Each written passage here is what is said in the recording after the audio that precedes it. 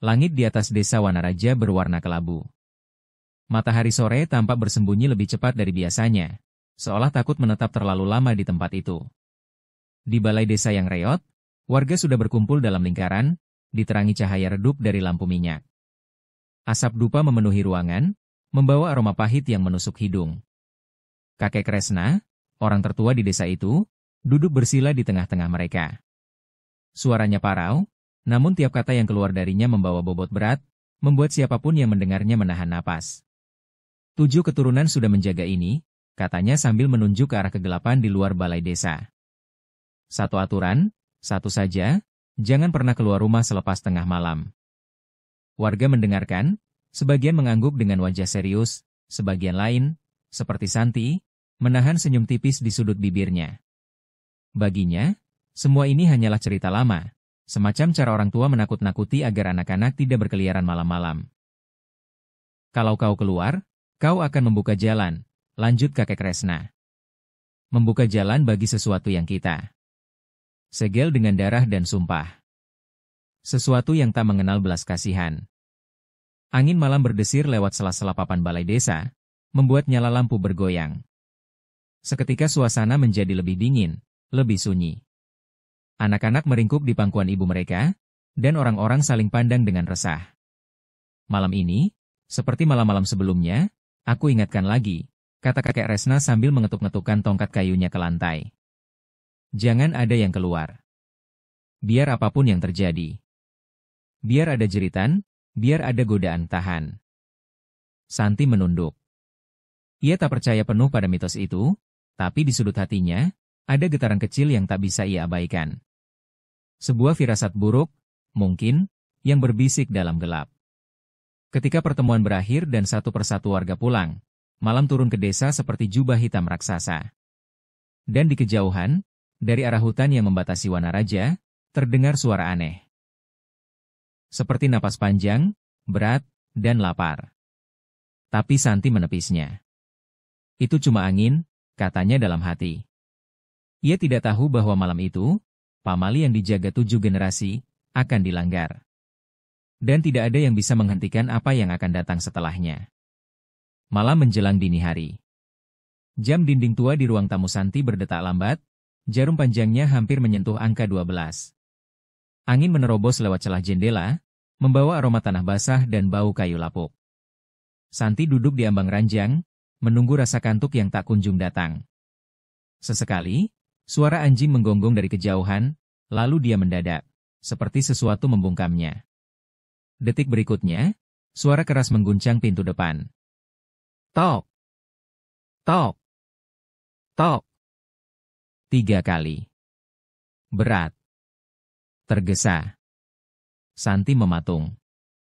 Ia menoleh ke arah pintu, bulu kuduknya langsung berdiri. Hatinya berdebar tanpa irama. Tak ada yang mengetuk pintu rumah orang selepas tengah malam di Wanaraja, bukan kalau mereka masih ingin hidup lama. Suara itu terdengar lagi, lebih keras. Tok! Tok! Tok! Dengan gemetar, Santi bangkit dan menghampiri pintu. Siapa? Tanyanya dengan suara serak. Tolong. Bukakan. Ini Pak Darmin, terdengar suara parau dari balik pintu, diselingi suara perempuan mengerang kesakitan. Santi ragu.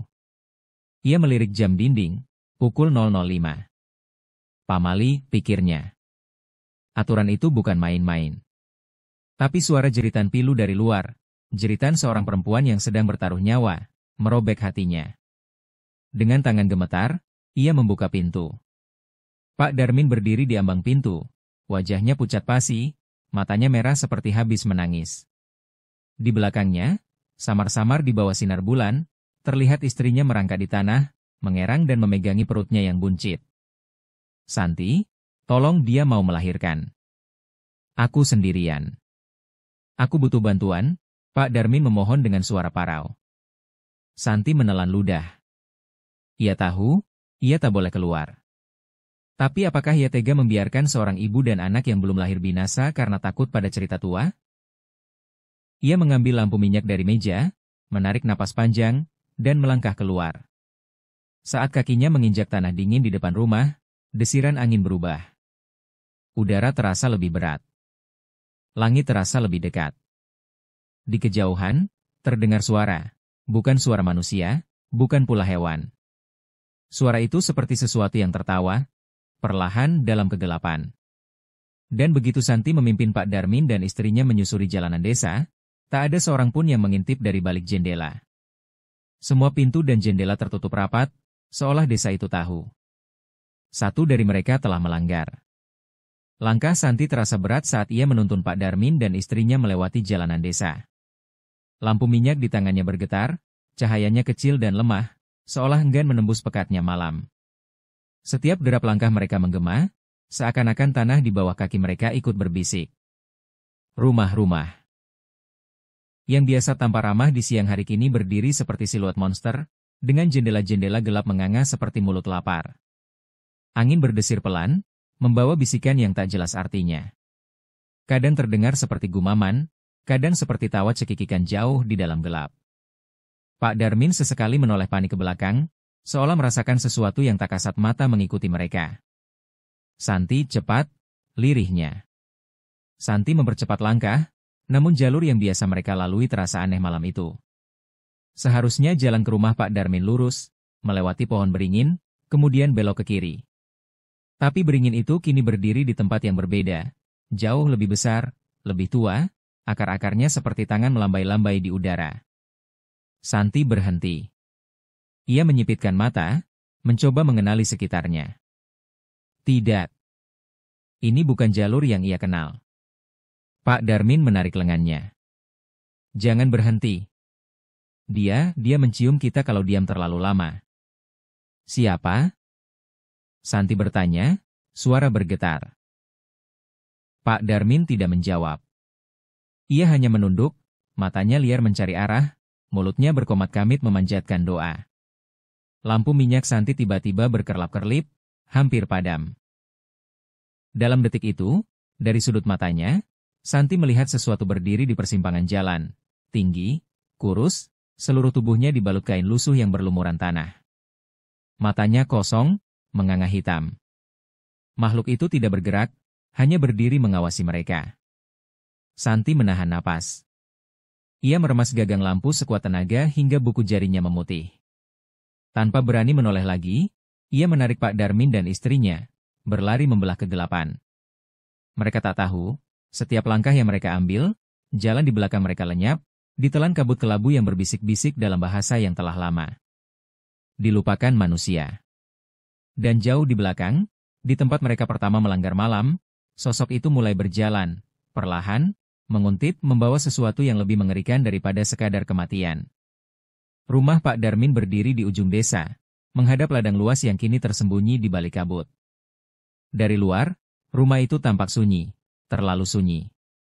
Bahkan jangkrik pun seolah enggan bernyanyi di sekitarnya.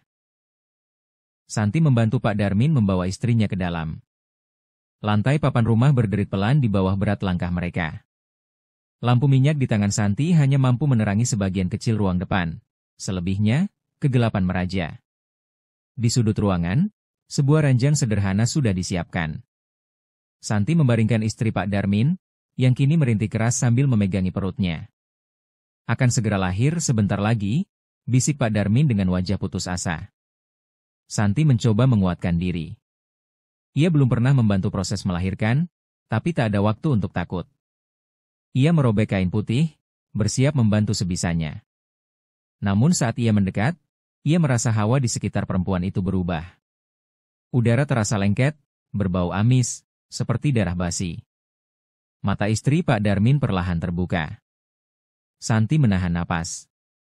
Mata itu tidak seperti mata manusia. Hitam seluruhnya, tanpa putih, berkilat basah seperti mata bangkai yang membusuk. Dia melihatku. Gumam perempuan itu dengan suara parau, hampir bukan suara manusia. Santi mundur setengah langkah, jantungnya berdegup kencang. Pak Darmin tampak tidak memperhatikan. Ia sibuk membisikkan doa sambil memegangi tangan istrinya. Perempuan itu tiba-tiba menggeliat keras, tubuhnya melengkung tak wajar. Dari mulutnya keluar suara jeritan, bukan jeritan kesakitan biasa, tapi suara berat, serak, seperti dua suara bertumpuk dalam satu tenggorokan. Lampu minyak berkedip, hampir padam. Santi gemetar, tapi ia tahu ia harus bertahan. Ia menggenggam kain erat-erat, bersiap menerima bayi yang hendak lahir. Perempuan itu menggigil hebat, lalu dengan satu hentakan yang mengerikan, sesuatu akhirnya keluar. Santi menangkapnya refleks, sebuah bayi mungil, basah, membiru, nyaris tak bersuara. Namun saat ia menatap bayi itu, dadanya seolah dihantam batu. Bayi itu membuka matanya, sepasang mata hitam pekat, persis seperti ibunya. Dan di bibir mungilnya yang belum bisa tersenyum, tersungging garis aneh. Seolah ia menyeringai. Santi menahan jeritannya. Dalam hatinya, ia tahu, apapun yang baru saja lahir malam itu, bukan manusia. Santi berlari pulang menembus kabut, meninggalkan rumah Pak Darmin yang perlahan lenyap di telan kegelapan. Tangannya masih berlumuran darah. Napasnya terengah-engah, setiap langkahnya seperti dikejar bayang-bayang yang tak kasat mata. Begitu sampai di rumah, ia menutup pintu rapat-rapat dan mengganjalnya dengan meja. Dadanya berdegup kencang. Matanya liar memandang sekeliling, mencari sesuatu yang mungkin saja ikut terbawa pulang dari kegelapan tadi. Namun rumahnya kosong. Hening. Terlalu hening. Ia mendekat ke jendela, mencoba mengintip keluar. Kabut telah menelan seluruh desa. Lampu-lampu rumah lain padam. Tak ada satupun suara. Dan saat ia hendak berbalik, ia mendengar ketukan. Tok, tok, tok. Perlahan. Ritmis. Dari arah jendela. Santi menahan napas. Ia tak berani bergerak. Jantungnya berdentam begitu keras hingga terasa di telinga. Tok, tok, tok. Dengan sangat perlahan, ia melirik ke jendela. Di balik kaca, samar-samar, terlihat sebuah wajah. Bukan wajah manusia, kulitnya kelabu, matanya hitam, bibirnya terbelah membentuk senyum lebar penuh luka. Santi membekukan diri. Wajah itu menempel di kaca, napasnya membentuk embun, menggambar pola-pola aneh yang menyerupai simbol kuno. Santi mundur perlahan, berusaha tidak membuat suara. Tapi lantai kayu berderit pelan di bawah telapak kakinya. Dalam sekejap, ketukan berubah menjadi hentakan keras. Braak! Braak! Jendela berguncang, hampir pecah. Wajah di luar menghilang, namun bayangannya tetap menempel di ingatan Santi, membakar ketakutannya. Ia lari ke kamar, bersembunyi di bawah ranjang, tubuhnya gemetar. Di luar, suara langkah berat menyusuri serambi rumah, diselingi suara lirih bernyanyi lagu yang tak dimengerti. Jangan keluar, jangan keluar. Bisikan itu terdengar dari segala arah. Air mata menggenang di mata Santi. Ia sadar. Pelanggaran pamali itu bukan hanya membangunkan sesuatu, tapi sekarang sesuatu itu menginginkannya. Dan malam baru saja dimulai. Malam-malam berikutnya di Wanaraja berubah menjadi mimpi buruk yang tak berujung.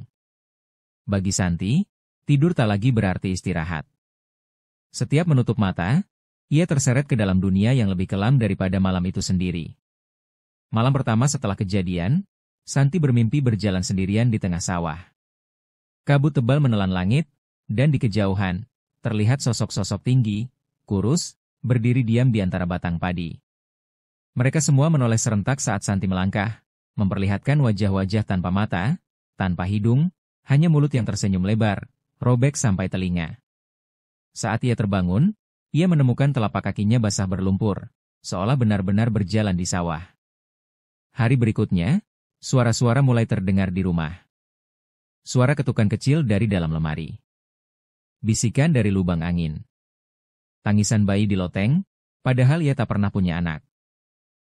Setiap pagi, Santi menemukan tanda aneh di dinding, bekas tangan mungil penuh lumpur, membentuk pola melingkar yang tak pernah ia kenali.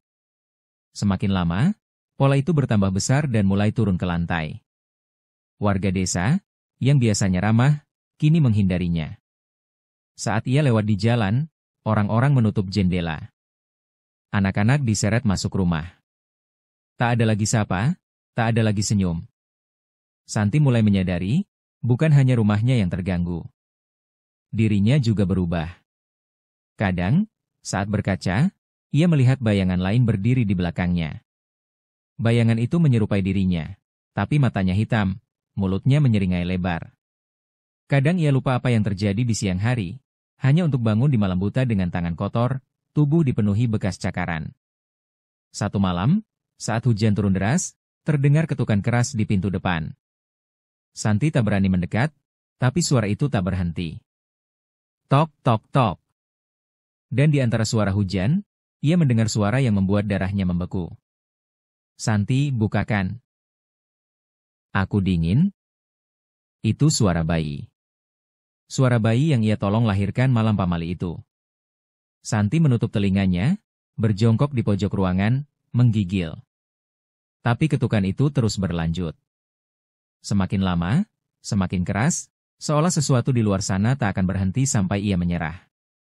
Malam di desa Wanaraja kini milik sesuatu yang kelam. Dan Santi tahu, selama ia masih hidup, kutukan itu tak akan berhenti. Ia telah membuka jalan. Dan jalan itu tak bisa ditutup lagi. Malam itu, hujan turun seperti tumpahan air dari langit. Petir membelah gelap, sesekali menerangi desa yang kini lebih menyerupai kuburan daripada tempat tinggal manusia. Tak ada suara manusia, hanya lolongan angin dan bisikan. Di dalam rumah kecilnya, Santi duduk di sudut kamar, tubuhnya membiru karena dingin dan ketakutan. Di dinding, bekas tangan-tangan mungil terus bertambah, seolah mereka merayap turun, mendekati dirinya. Pintu depan kembali bergetar. Tok, tok, tok. Santi, bukakan, aku ingin bermain. Suara itu kini jelas. Bukan hanya satu, tapi banyak. Anak-anak. Anak-anak tak kasat mata yang menunggu di balik hujan. Santi tahu malam ini akan berbeda. Malam ini, mereka tidak hanya mengetuk. Mereka akan masuk. Pelan-pelan, ia berdiri, menyeret kakinya menuju pintu, lampu minyak di tangan bergetar hebat. Di lantai, bayangannya sendiri tampak aneh, berkaki 3, bukan 2. Saat ia mendekat, pintu bergetar semakin keras, hampir terlepas dari engselnya. Dan tiba-tiba hening. Santi berhenti. Di keheningan itu, terdengar suara langkah kecil, banyak langkah, berlari-lari di atap rumahnya. Lalu, suara seseorang membisik di telinganya. Kau sudah berjanji saat keluar malam itu, jiwamu jadi milik kami. Santi membalikkan badan, dan mendapati sosok kecil berdiri di tengah ruang tamunya. Bayi. Bayi dari malam pamali itu. Kini sudah bisa berdiri, tubuhnya kotor berlumpur, matanya hitam tak berujung. Bayi itu mengulurkan tangan kecilnya ke arah Santi. Ibu, ayo ikut kami. Tangis Santi pecah. Ia mundur, membentur dinding. Ia tak ingin ini terjadi. Ia hanya ingin menolong malam itu. Ia tak bermaksud membuka gerbang untuk mereka. Namun di dunia pamali, niat baik tidak berarti keselamatan. Yang dilanggar adalah aturan yang lebih tua dari desa itu sendiri. Dan tiap pelanggaran ada harganya. Dengan suara serak, Santi berbisik, apa yang harus kulakukan? Bayi itu menyeringai. Tinggalkan hidupmu. Temani kami di malam tanpa akhir. Dalam kepasrahan, Santi perlahan memejamkan mata. Ia merasakan tubuhnya menjadi ringan, jiwanya terlepas, seperti kabut yang terangkat dari tanah. Pagi harinya, warga desa menemukan rumah Santi kosong. Pintu terbuka menganga. Di dalam, hanya ada lampu minyak yang telah padam dan bekas tangan mungil bertebaran di seluruh ruangan. Tak ada jejak Santi. Tak ada suara. Hanya angin yang berbisik pelan. Pamali bukan sekadar larangan. Pamali adalah perjanjian darah.